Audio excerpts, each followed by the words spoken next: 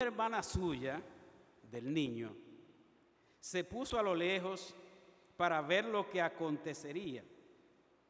Y la hija del faraón descendió a lavarse al río, y paseándose sus doncellas por la ribera del río, vio ella la arquilla en el carrizal, y envió a una criada suya a que la tomase.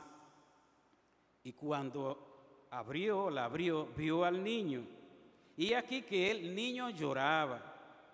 Y teniendo compasión de él, dijo: de los niños de los hebreos es este. Entonces su hermana dijo a la hija del faraón: iré a llamarte una nodriza de las hebreas para que te críe este niño. Y la hija del faraón respondió: ve. Entonces fue la doncella y llamó a la madre del niño, a la cual dijo la hija del faraón: lleva a este niño y críamelo, y yo te lo pagaré. Y la mujer tomó al niño y lo crió. Y cuando el niño creció, ella lo trajo a la hija del faraón, la cual lo prohijó y le puso por nombre Moisés. Moisés, diciendo: porque de las aguas lo saqué. Oremos. Dios amado, gracias, estamos muy contentos, estamos agradecidos, Señor, emocionados, diría yo, por esta noche en que como familia y como iglesia, como la familia de la fe, estamos unidos para adorarte, para alabarte, para celebrar tu glorioso nombre, para compartir tu palabra, Señor, esa palabra que tú has puesto en mi corazón, esperando, Señor, que yo sea fiel a tu espíritu, a lo que tú pongas en mi mente y en mi corazón, para bendición y edificación de tu pueblo congregado y los que están escuchando o van a escuchar este culto. Te entregamos, Señor, esta hora, este momento, en el nombre de Jesús. Amén, amén.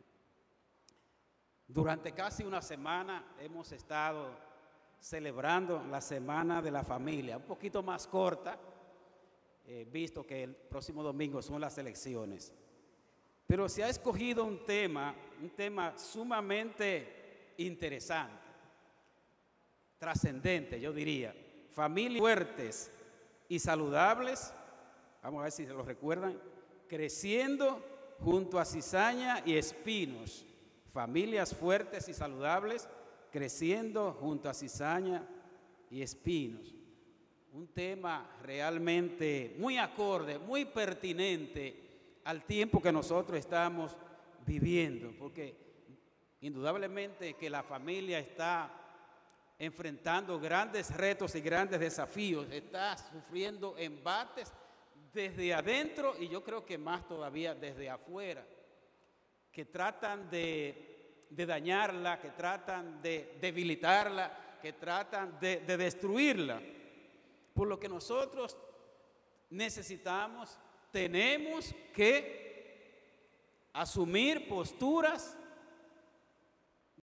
decisiones valientes, pero llenas de fe, para nosotros hacer, hermana Alexandra, un cerco espiritual, que es una frase que estamos usando en un documento por ahí, un cerco espiritual, una muralla, realmente una muralla de principios bíblicos, principios cristianos para cubrir nuestra familia, para que esa familia pueda permanecer en pie, pueda estar a flote en medio de tantas situaciones que está enfrentando.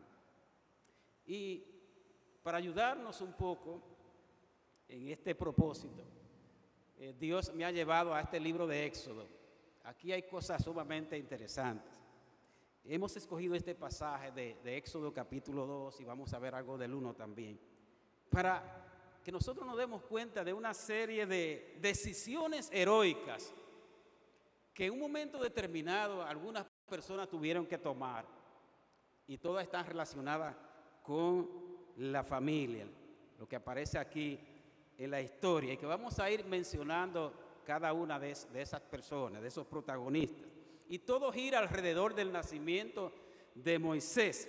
Y es importante, y lo leímos hace un ratito, que nosotros podamos ver un poco el contexto del nacimiento de Moisés. Hace un momentito leímos en el capítulo 1, donde vimos que después de la muerte de José, ¿recuerdan a José? Uno de los hijos de Jacob, y su historia es increíble, ¿verdad? Cómo llegó a Egipto y sus hermanos lo tuvieron envidia, lo echaron en la cisterna. La historia es larga, pero José tuvo una distinción, un puesto muy grande, el segundo de Egipto, pero aquella generación murió José, sus hermanos y toda aquella generación, y dice la palabra del Señor que el pueblo hebreo comenzó, a pesar de que José había muerto, el pueblo hebreo comenzó a multiplicarse. Miren lo que dice el versículo 7 del capítulo 1. Los hijos de Israel fructificaron y se multiplicaron y fueron aumentados y fortalecidos en extremo, y se llenó de ellos la tierra. Fíjense que ya José había muerto, pero su semilla había fructificado. Y eso es importante, que a veces no tenemos que estar presentes nosotros, o pudiéramos pasar a la eternidad, pero la generación que viene detrás de nosotros, lo importante es que esté bien, ¿verdad?, cimentada, y que pueda crecer y avanzar aunque nosotros no estemos presentes. Y eso es importante. Ahora aquí también hay una lección. Podríamos hacer un pequeño paréntesis para ver una realidad que debe pasar en el pueblo de Dios. Los hijos de Israel fructificaron, se multiplicaron, se aumentaron y la tierra se llenó de ellos. Si fuera así, ¿verdad? Ojalá fuera así con la iglesia. Que nosotros podamos fructificar, aumentar y que podamos llenar la tierra de hijos de Dios. Eso se va a convertir indudablemente en una amenaza para las tinieblas, en una amenaza para el reino de Satanás, como lo fue aquí para el faraón y los egipcios. En un momento dado el faraón vio que el pueblo de Dios estaba aumentando tanto que se metió en miedo y dijo, no, esta gente, esto hay que detenerlo, porque de alguna manera u otra esta gente se van a poner más fuertes que nosotros, se van a revoltear en buen dominicano y nos van a gobernar a nosotros, o se van a aliar a alguna otra nación. Dice la palabra de Dios que fue de esta manera que procedió el faraón cuando vio esa realidad. Dijo, vamos a ser sabios, lo que vamos a hacer es ponerle carga, vamos a ponerle trabajo forzado, vamos a ponerle capataces que lo persigan, que le saquen el jugo en buen dominicano. Pero dice la palabra del Señor en el versículo 12, cuanto más los oprimían, más se multiplicaban. Qué interesante eso. A veces la opresión, la prueba, la persecución, en vez de disminuirnos, lo que debe ser que nosotros podamos crecer y avanzar en medio de esa opresión, que la opresión no nos detenga, ¿verdad?, sino que nosotros podamos seguir hacia adelante. Más adelante, dice la historia que el rey de Egipto llamó a las parteras hebreas, inclusive aparecen los nombres. Interesante, porque los nombres, especialmente de las mujeres, no se mencionan. Ni siquiera la hija del faraón aparece el nombre, pero de estas dos parteras sí. Y se llamaba una Silfra y la otra Fúa. Y entonces la orden fue que cuando ellas estuvieran asistiendo, esa partera, a las mujeres embarazadas hebreas, cuando vieran el sexo del niño o de la hija, si era hija la podían dejar viva, pero si era varón había que matarlo. Qué cruel, ¿verdad? Qué cruel. Cuánta maldad había en ese corazón de ese faraón. Hay mucha gente haciendo maldades, mandando a matar niños, adultos, gente de todas las edades. Pero algo extraordinario pasó, amados hermanos, aquí. Fue que las parteras hebreas temieron a Dios y no hicieron como el rey había ordenado. Y eso fue un acto heroico. eso fue un acto de valentía, eso fue un acto también de fe. Nosotros tenemos que aprender a obedecer a Dios antes que a los hombres. Nosotros tenemos que tratar de temer a Dios y no tenerle miedo al faraón o a la fuerza, como se llama. Tenemos que pedirle a Dios esa fe, esa valentía, esa determinación para obedecerlo por encima de todo. No es fácil, porque a veces hay que jugarse, inclusive, no voy a mencionar la vida, quizá, porque no hemos llegado a ese extremo, pero quizás nos jugamos la reputación, nos podemos jugar el rechazo, el empleo, cuando nosotros decidimos obedecer a Dios antes que a los hombres. El rey llamó a capítulo a las parteras cuando se dio cuenta que seguían naciendo y naciendo niños. Sin embargo, las parteras pudieron defenderse diciendo, bueno, que estas mujeres paren casi al instante. Cuando vamos a llegar ya han dado a luz, porque son mujeres, ¿verdad? Bueno, ahora parece que no es así, ahora todo es cesárea, ¿verdad? Casi la mayoría de las mujeres da a luz con cesárea. Lo cierto es, hermanos, que hay una realidad dramática en la orden del faraón y que nosotros tenemos que aprender. Dirá usted, bueno, pero yo no participo de la trama de maltratar a los niños, pero tenemos que buscar la manera de nosotros defender la niñez de manera integral, física, emocional y espiritualmente, para que ninguna fuerza de maldad, es una tarea de todos, de los padres, pero también de la iglesia, para que ninguna maldad venga sobre ellos. Tenemos que cubrirlo con la ayuda del Señor. El asunto llegó al clímax cuando al faraón se le ocurre la brillante idea de que los niños varones hay que echarlo al río, al Nilo, cundido de cocodrilos. ¿Qué le parece? Esos niños pudieran ahogarse, morirse de hambre, de sed, ser comidos por uno de los cocodrilos, que por cierto son bien grandes allí. Y en ese contexto nace Moisés, y la historia comienza diciendo, un varón de la familia de Leví llamado, que no se menciona el nombre aquí, pero en el capítulo 6 y el verso 20 dice que se llamaba Amram, que tomó por mujer a una de las hijas de Leví, que se llamaba Jocabet. Tengo una sobrina que se llama así. Y que ella concibió y dio a luz un hijo, y viendo que era hermoso, para las madres todos los niños son hermosos, ¿sí o no? Todos nuestros hijos son hermosos para nosotros. Viendo que era hermoso el niño, lo escondió por 3 meses.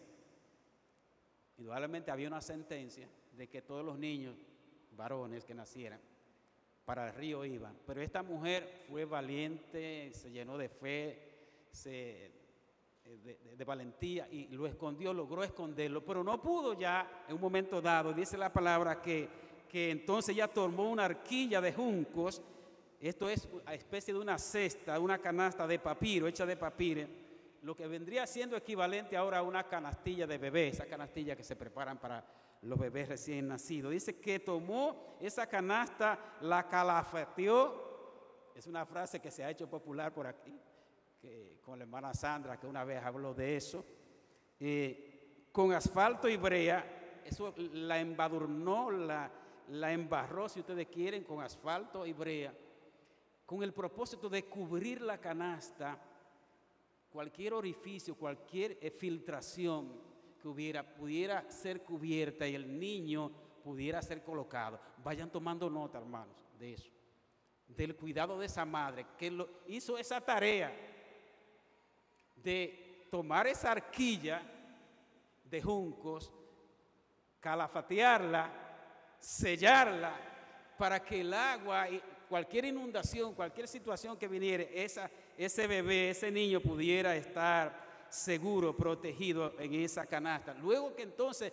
creó las condiciones para ese bebé, entonces colocó al niño y dice la palabra que lo puso en un carrizal, lo puso en la orilla del río, entre juncos.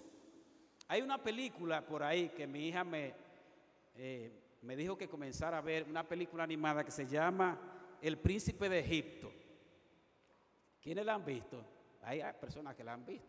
Espectacular. Es una película animada, parece infantil, pero la producción, la música, las imágenes son impactantes.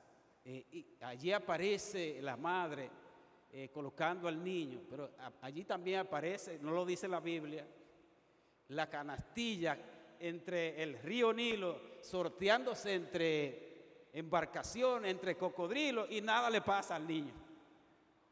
Eso no está en la Biblia.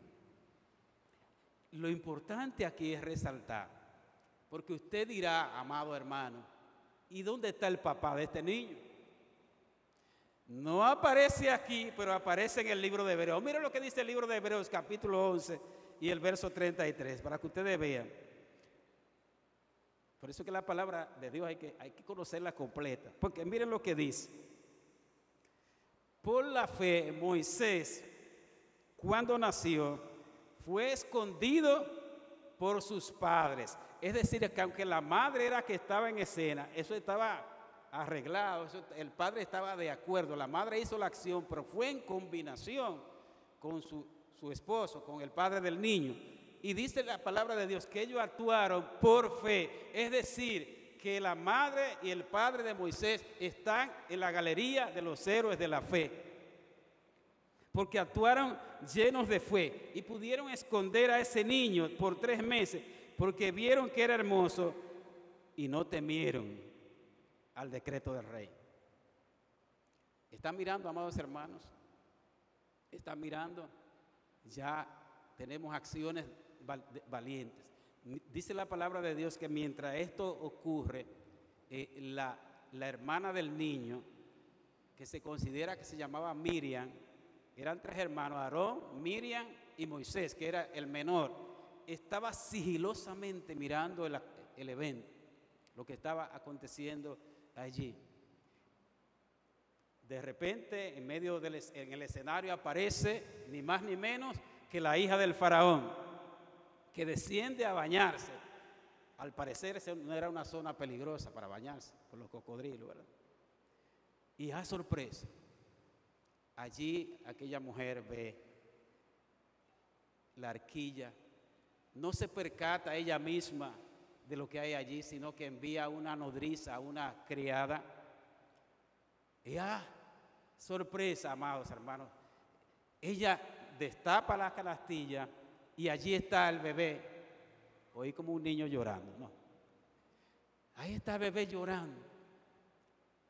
Y ese lloro, yo no diría ese lloro, conmovió a aquella mujer.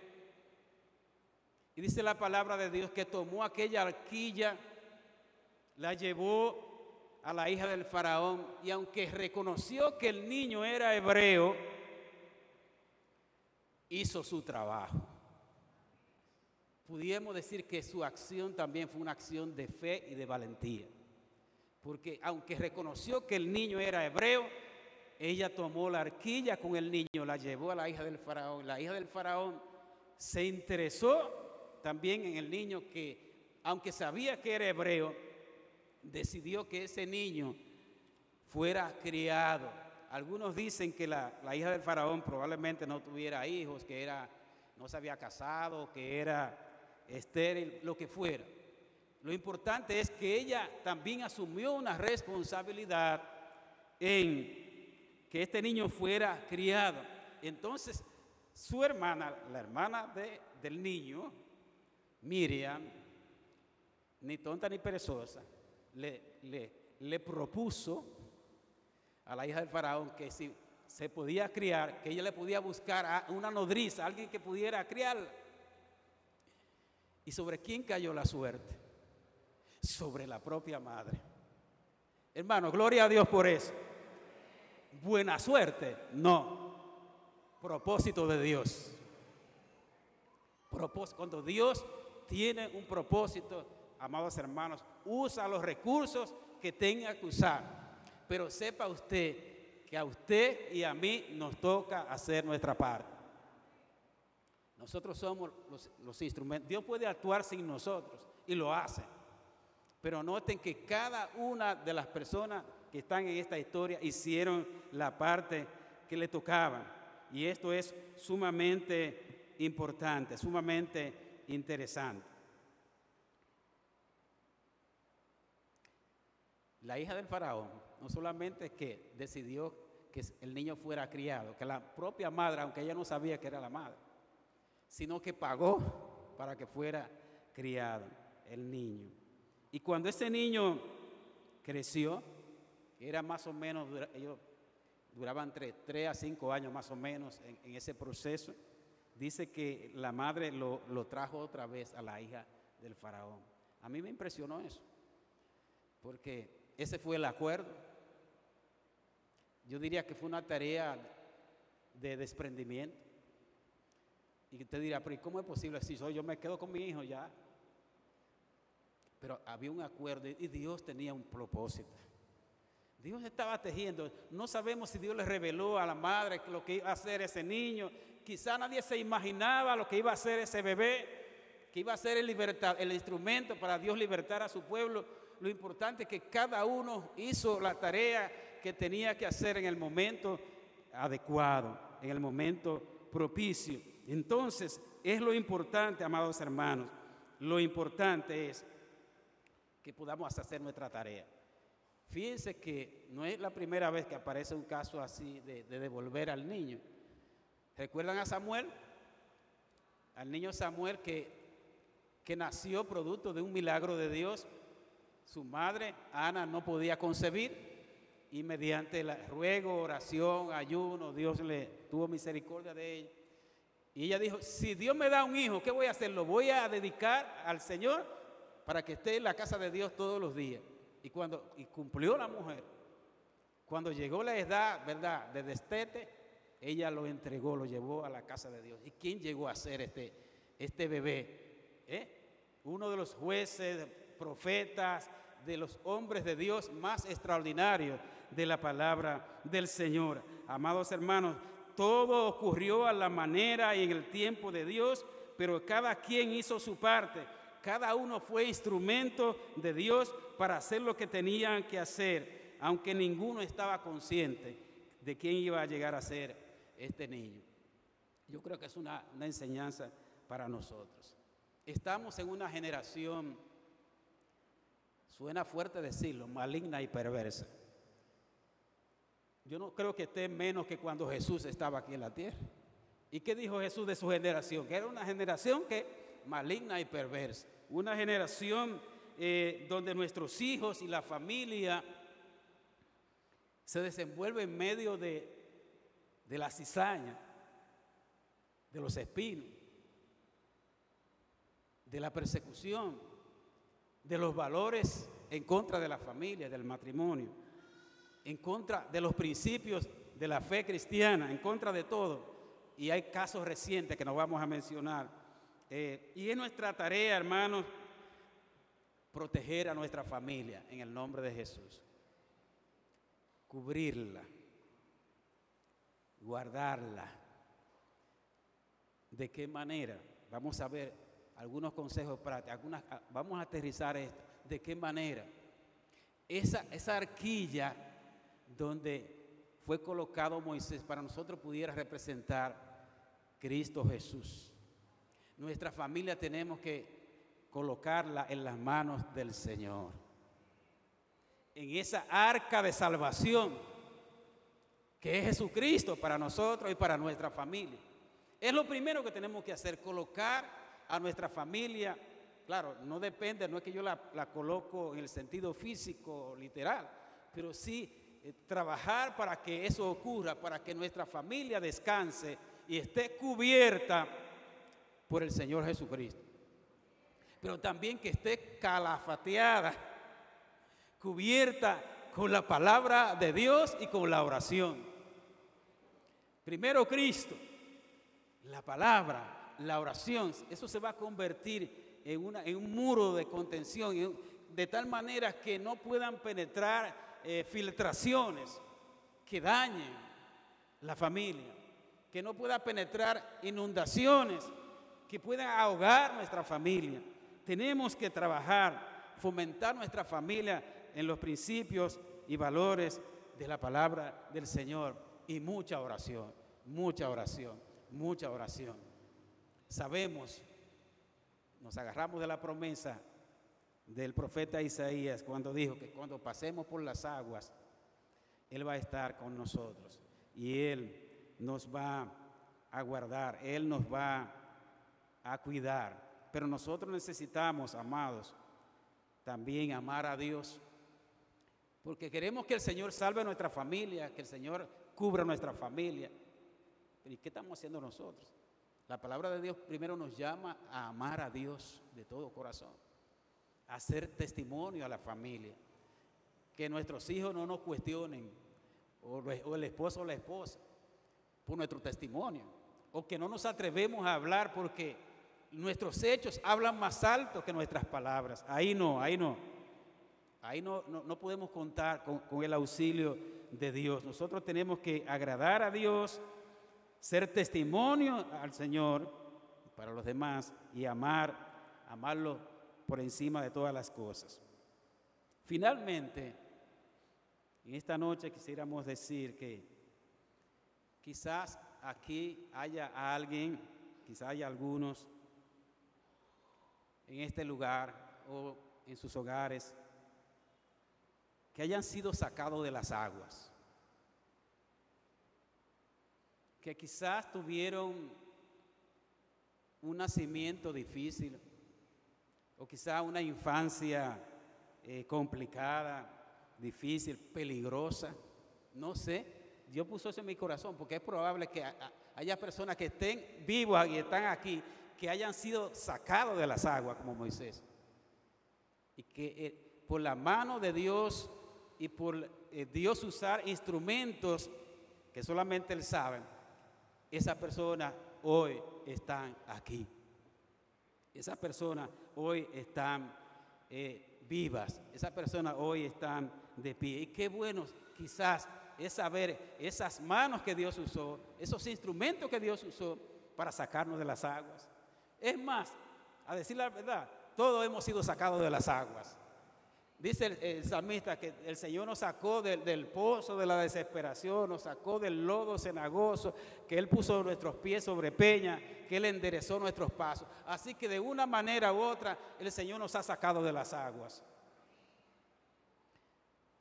Él lo ha hecho, ha extendido su mano, pero también Él ha usado instrumentos de amor, instrumentos de misericordia, instrumentos también que han sido valientes para ayudarnos a sacarnos de allá, de las aguas. Y lo importante es que si tú has sido sacado de las aguas, es porque Dios tiene un propósito para ti.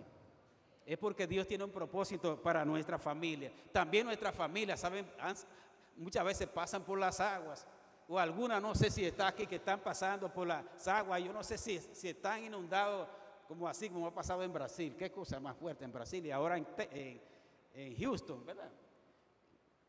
Cosas increíbles, inundaciones que afectan a mucha gente. A veces hay inundaciones que tratan de ahogar nuestra familia, de ahogar nuestra casa, pero Dios está con nosotros. Si nosotros hacemos la parte que nos corresponde, Dios garantiza que va a estar con nosotros en todo tiempo y nuestra familia no va a naufragar.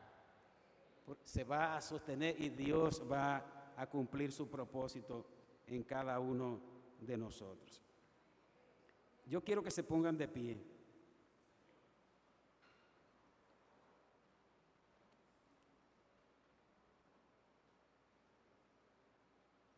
Yo no sé si tu vida está pasando por las aguas, no sé, o si tu familia está en un momento donde la cizaña, donde fuerzas antagónicas están batallando contra tu vida o tu casa.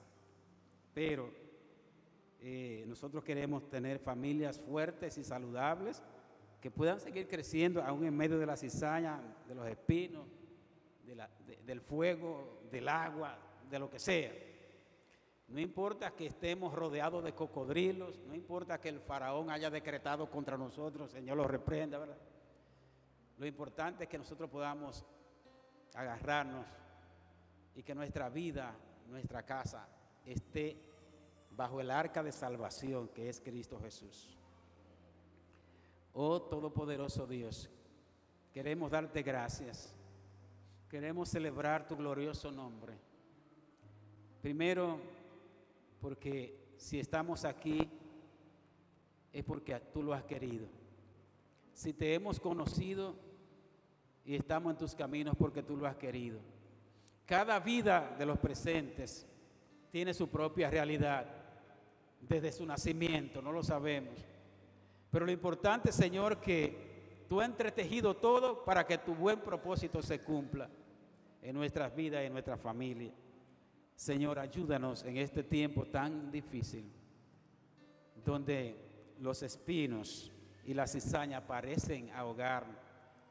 Te pedimos, oh Señor, que nos ayude, que nos dé fe, que nos dé confianza, que nos dé valentía para poder seguir adelante, que nuestras familias estén a flote, Señor, cubiertas por ti, cubiertas por tu palabra, cubiertas bajo la sombra del Omnipotente. Ayúdenos, Señor. Muchas gracias. En el nombre de Jesús. Amén. Bendiciones, amados hermanos.